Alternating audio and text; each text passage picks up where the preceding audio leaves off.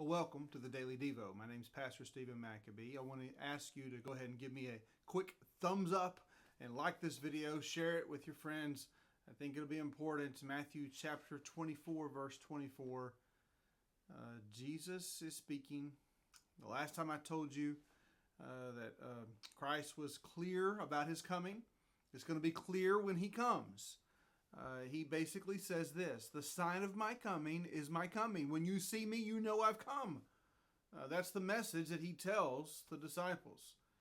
So the message that he's telling them is that the believers during the tribulation, they're going to head to the mountains, they're going to flee, and there's going to be an unmistakable sign that Jesus returns. It's going to be him in the air, in the clouds. It's going to be clear for all to see that he has come back and he has arrived.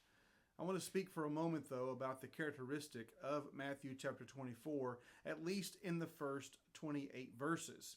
It's a subject that I've talked on before, and I think it's important given the day in which we live. It's on this subject, deception. Jesus says over and again, do not be deceived. It's a major theme in the first 28 verses, and I think it applies to the day in which we live today.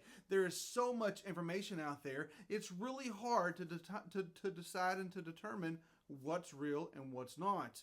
People are being deceived. Deception is upon us. We are being deceived every single day, or at least people are trying to deceive us every single day.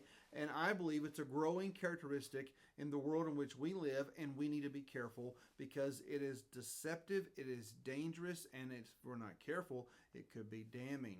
So I don't say that lightly, but I want you to remind yourself of what Jesus said in Matthew 24, verse 4. Watch out that no one deceives you.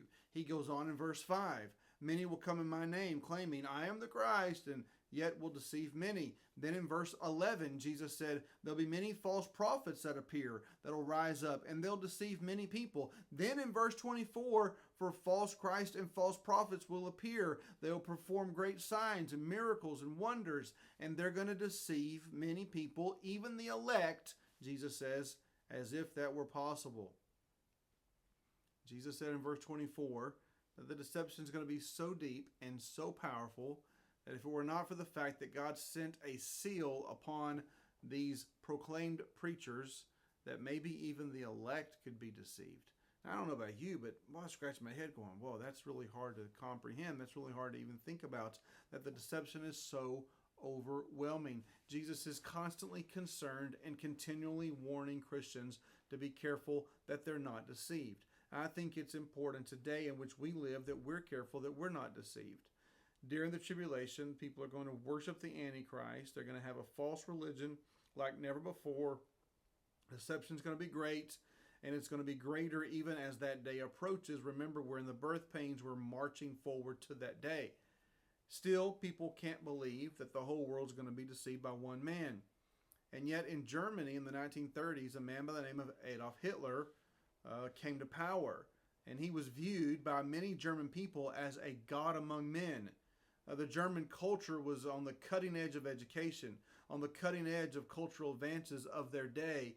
Hitler was as wicked as they come, and yet he appeared to many as a god, as a good man, as someone who should be followed. During the beginning stages of the Holocaust, students were in school and they were studying in German schools in 1943. They were studying this, that just as Jesus saved people from sin and from hell, Hitler will save Germany from ruin. Jesus and Hitler were both persecuted, but while Jesus was crucified, Hitler has risen to chancellorship. While the disciples of Jesus denied their master and deserted him, the 16 comrades of Hitler died for him. Can you imagine? The apostles completed the work of the Lord, but we believe that Hitler will be able to complete his own work himself. Jesus built for himself a kingdom, but Hitler is going to fill the earth with Germans. Can you imagine? Just for a moment, comparing Hitler and Jesus in a complementary manner, deceiving the populace. This was being taught. Students were learning this. People were being deceived from a very early age. And that's what we always see. They always go after our children. So be careful, parents.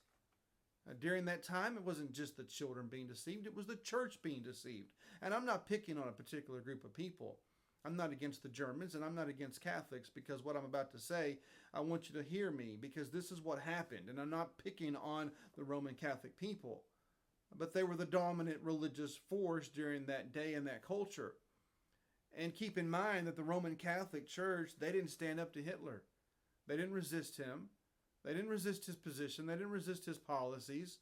In fact, many people inside the church supported him. They were behind him. They were with him. One decisive battle was fought, and after that decisive battle, it was the army's intention to deport all non-Catholics. In fact, they were going to kill them.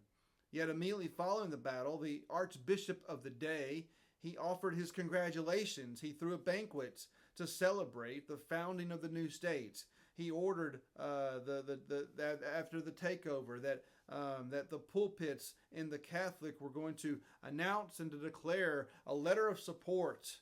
And he wrote, "Glory be to God and our gratitude to Adolf Hitler." That was from the church. But there were many Protestant pastors too who failed to stand up to him.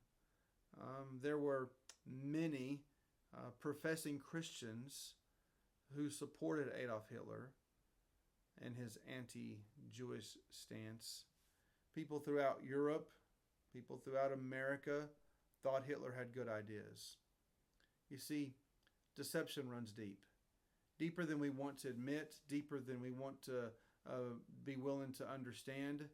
And we must commit ourselves to God, because as it happened in the past, it will happen again in the future in greater proportions.